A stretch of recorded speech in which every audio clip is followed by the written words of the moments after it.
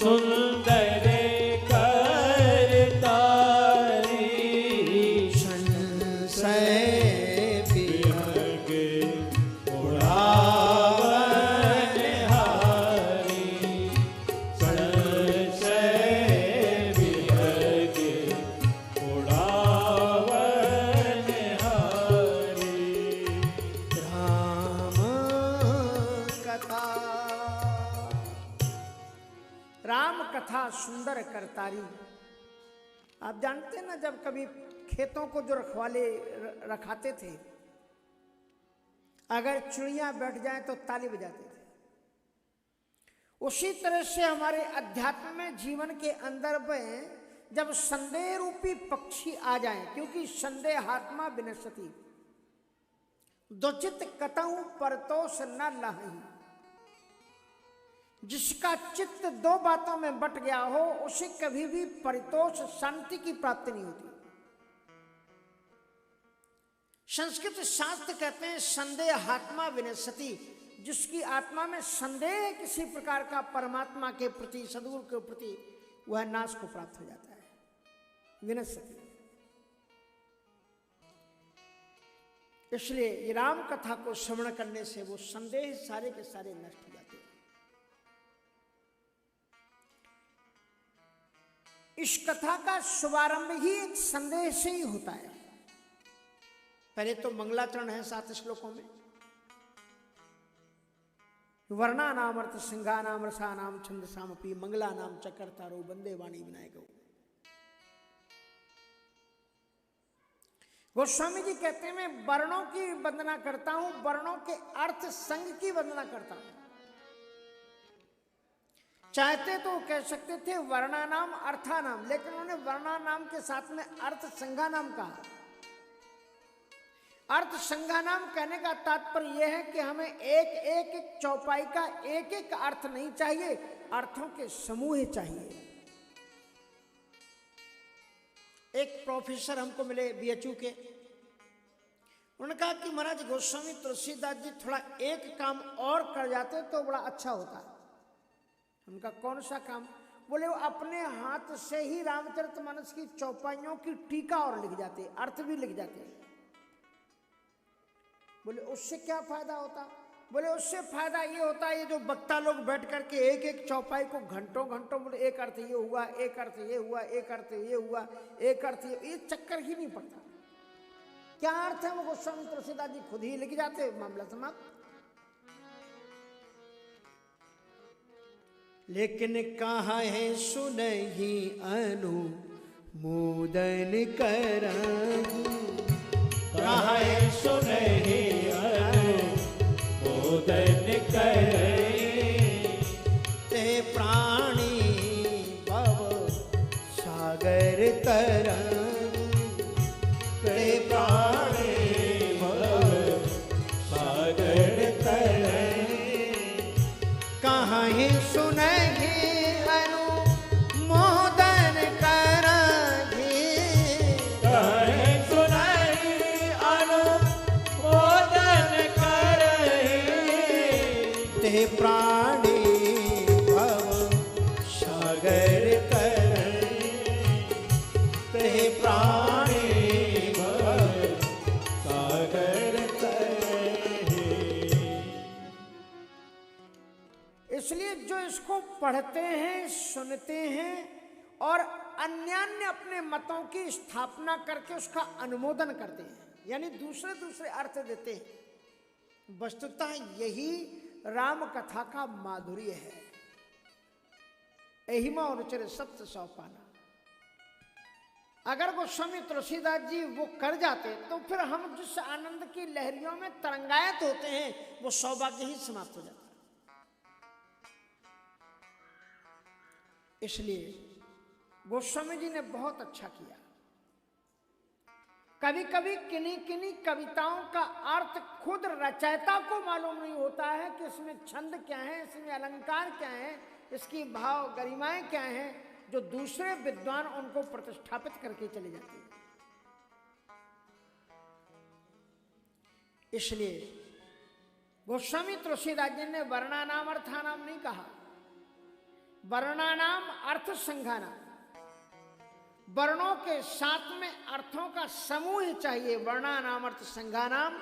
और फिर वो मंगलाचरण में कहते हैं रसानाम छंद सामपी, नवरस जप तप जोग विरागा, जो खड़रस आदि हैं वो सारे रसों की भी वंदना करते हैं कि वो रस भी हमारी कथा में चौपाइयों में समाहित हो जाएं, बैठ जाएं। छंद शाम अपी, 6 छंद हैं, गायत्री अनुष्टुप, ये जो छंद आप जानते हैं। ऐसे तो हिंदी जगत में, संस्कृत जगत में 82 के लगभग छंद हैं अलग अलग, लेकिन ये 6 छंद हैं, जैसे गायत्री छंद, अनुष्टुप छंद। तो इस प्रकार के 6 छंदों का वो वंदन करते हैं। या छंदसाम अपि, जो वेदों के मंत्र हैं उन्हें भी छंद कहा गया है। वेदों के जो मंत्र हैं, जो ऋचाएं हैं, उन्हें भी छंद कहा गया है। तो वर्णानाम अर्थ संघानाम रसानाम छंदसाम अपि कह करके वेदों को भी उन्होंने स्मरण किया, उनका भी मंगलाचरण किया। वर्णानाम अर्थ संघानाम रसानाम छंदसाम अपि, और आगे कहते हैं कि वर्णानाम अर्थ छंदसाम अपि, और राम नाम के जो 2 अक्षर हैं उनका मंगलाचरण करते हैं। वर्णानाम अर्थ संघानाम रसानाम छंदसामपि, मंगलानाम च कर्तारौ वंदे वाणी विनायकौ। वाणी मानी भगवती सरस्वती जी का वंदन किया, और विनायक मानी श्री गणेश जी को। सरस्वती जी बुद्धि प्रदान करने की देवी हैं, इसलिए उन्होंने सरस्वती जी का वंदन किया। और गणेश जी महाराज क्या हैं? विद्या वारिधि बुद्धि विधाता, ये भी विद्या के वारिधि और बुद्धि को प्रदान करने वाले हैं। इसलिए वंदे मंगला नाम च कर्तारौ वंदे वाणी विनायकौ, अथवा इन दोनों के रूप में राम नाम, वर्णा नाम, संघा नाम, रसा नाम, छंदसामपि, ऊपर से जो वर्णों का मंगलाचरण करते हुए आ रहे हैं, तो नीचे कहते हैं कि राम नाम बर वर्ण जुग। राम नाम के जो 2 अक्षर हैं वो समस्त अक्षरों में श्रेष्ठ हैं। एक छत्र एक मुकुट मणि सब वर्णन पर दोय, और तुलसी रघुबर नाम के वर्ण विराजत दोय। एक छत्र एक मुकुटमणि सब वर्णन पर जोए।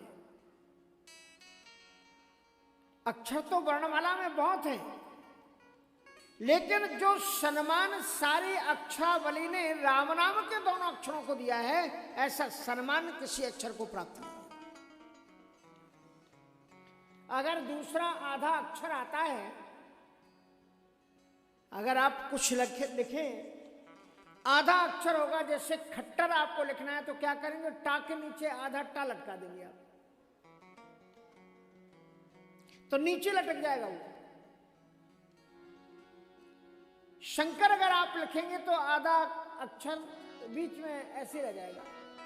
लेकिन अगर राम नाम का आधा अक्षर भी आता है तो अक्षर कहते हैं कि हम इनको नीचे नहीं रखते, क्योंकि राम नाम में है, इनको हमारे ऊपर लाओ। तो वो ऊपर छत्र बन करके चला जाता है। जैसे आप कर्क लिखो तो कर्क में आधा रा आएगा, कहां लिखेंगे? ऊपर चला जाएगा, छत्र की तरह ऊपर तन जाएगा। उसी तरह से राम नाम का अगर मकार आधा होकर के आता है तो नीचे नहीं लेते हैं अक्षर, कहते नहीं आप ऊपर बिंदी बन करके बैठ जाओ मेरे सिर पर, क्योंकि आप राम नाम के अक्षर। एक छत्र एक मुकुटमणि सब वर्णन पर जोए, तुलसी रघुवर नाम के वर्ण विराजत दोए। इसलिए गोस्वामी जी कहते हैं वर्णा नाम अर्थ संघा नाम रसा नाम छंदसामपि, मंगला नाम च कर्तारौ वंदे वाणी विनायक। भवानी शंकरौ वंदे श्रद्धा विश्वास रूपिणौ, याभ्याम बिना न पश्यन्ति सिद्धा स्वान्तस्थमीश्वरम। बाद में भी परमाराध्य भगवान आशुतोष अवधरदानी और जगत जननी पार्वती जी की वंदना करते हैं और कहते हैं भवानी शंकरऊ बंदे श्रद्धा विश्वास रूपी। श्रद्धा और विश्वास के रूप में। लेकिन जब हम विश्वास की बात करते हैं तो विश्वास के साथ में एक शब्द और जुड़ जाता है और वो शब्द है अंध। जब गोस्वामी जी ने विश्वास की बात की तो प्रश्न ये कर दिया कि आप किस विश्वास की बात करते हैं? अंधविश्वास। विश्वास का मतलब यह है कि विश्वास मानी एक अंधेरी गुफा जिसमें रखी हुई चीज परिलक्षित ना होती हो, दिखाई ना पड़ती। तो जब आप किसी को अपने तर्क के द्वारा समझा ना पाए तब आप कहें विश्वास करो। ये तो विश्वास की बात है। श्रद्धा विश्वास रूप लो। तो गोस्वामी जी से कहा आपका विश्वास कैसा है? अंधविश्वास है। गोस्वामी तुलसीदास जी महाराज कहते हैं आप किस विश्वास पर विश्वास करते हैं? कबीर साहब जी ने कहा कि आंखों देखी साँच। हम जो आंखों से देखते हैं उसी पर विश्वास करते हैं। पीठ पीछे की बात का क्या भरोसा? आंखों देखी साँच। तो गोस्वामी जी ने कहा कि आपको अपनी दो आंखों पर ही तो भरोसा है, लेकिन ये दो आंखों की भी देखी हुई बात कभी कभी असत्य हो जाती है। नीतिकारों ने कह दिया यत्र यत्र बन्नी यत्र यत्र तत्र तत्र धूम। जहां जहां अग्नि है वहां वहां पर धुआं है। यानी धुआं देखो तो अग्नि का अंदाजा लगा लो कि यहां पर धुआं है तो यहां अग्नि है। अनुमितिकरणम अनुमानम। पर कहते नहीं, ये आपका अनुमान गलत हो सकता है। ये धुआं देख करके अनुमान लगाना कि वहां पर अग्नि भी होगी ये गलत हो सकता है, क्योंकि ठंडी के समय में या गर्मी के समय में हिमालय में जाओ तो वहां पर तो धुआं उड़ता ही रहता है। सायंकाल सत्र में आप गांव की तरफ प्रवेश करो तो ऊपर से धुआं उठता नजर आता है, तो क्या वहां आग लगी है? इसलिए कभी कभी दो आंखों का देखा हुआ भी असत्य हो जाता है। रामचरितमानस के प्रारंभ में जो विश्वास प्रतिष्ठापित है वो अंधविश्वास नहीं है। इस विश्वास के 5 नेत्र हैं। ये शिव है।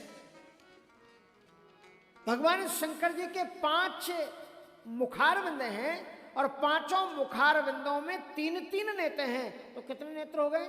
5 तिया 15। ये जो रामचरितमानस का जो विश्वास है ये अंधा विश्वास नहीं है, ये 15 नेत्रों वाला है। और इसने 15 नेत्रों से इष्टदेव को देखा है। शंकर राम रूप अनुरागे। शंकर राम रूप अनुरागे। नयन पंचे दस अति प्रिय लागे। नयन पंचे दस अति प्रिय लागे। शंकर राम रूप अनुरागे। शंकर राम रूप अनुरागे। नयन पंचे दस अति प्रिय लागे। नयन पंचे दस अति प्रिय लागे। तो गोस्वामी जी कहते हैं कि भवानी शंकरऊ बंदे श्रद्धा विश्वास होती है। और ये श्रद्धा आपकी कैसी है? श्रद्धा एक ऐसी होती है जो आज है और कुछ दिन के बाद में श्रद्धा नष्ट हो जाती है। तो तुम कौन सी श्रद्धा लेकर के आए हो? तो कहा मेरी जो श्रद्धा है वो तपी हुई है, परीक्षित की हुई है। ये जो पहले जिज्ञासा बनकर के आई है सती के रूप में, जिसने सीता का रूप धारण किया है, फिर उसने अपने शरीर को छोड़ा है और दूसरे रूप में जो श्रद्धा पैदा हुई है, ये इतनी अटूट श्रद्धा है कि इस श्रद्धा को हिलाया ही नहीं जा सकता है। सती तो श्रद्धा पार्वती जी तो सीधे कह देती हैं कि कोटि जन्म लग अगर हमारी बरौ शंभु नत रहो कुमारी। अपने गुरु में पार्वती जी की ऐसी श्रद्धा है कि वो जिन शंकर जी के लिए तपस्या कर रही हैं उनके लिए स्पष्ट कह देती हैं कि तजौन नारद कर उपदेशु और आप कहें सतबार महेशु। मैं अपने गुरु के चरणों में इतनी श्रद्धा रखती हूं कि यदि मेरे गुरु के प्रतिकूल भड़काने के लिए मेरे भगवान भी आ जाए शंकर जी, तो भी मैं उनके कहने से भी अपने गुरु के वचनों का त्याग करने वाली नहीं। तजौन नारद कर उपदेशु आप कहें सतबार महेशु, ये श्रद्धा है।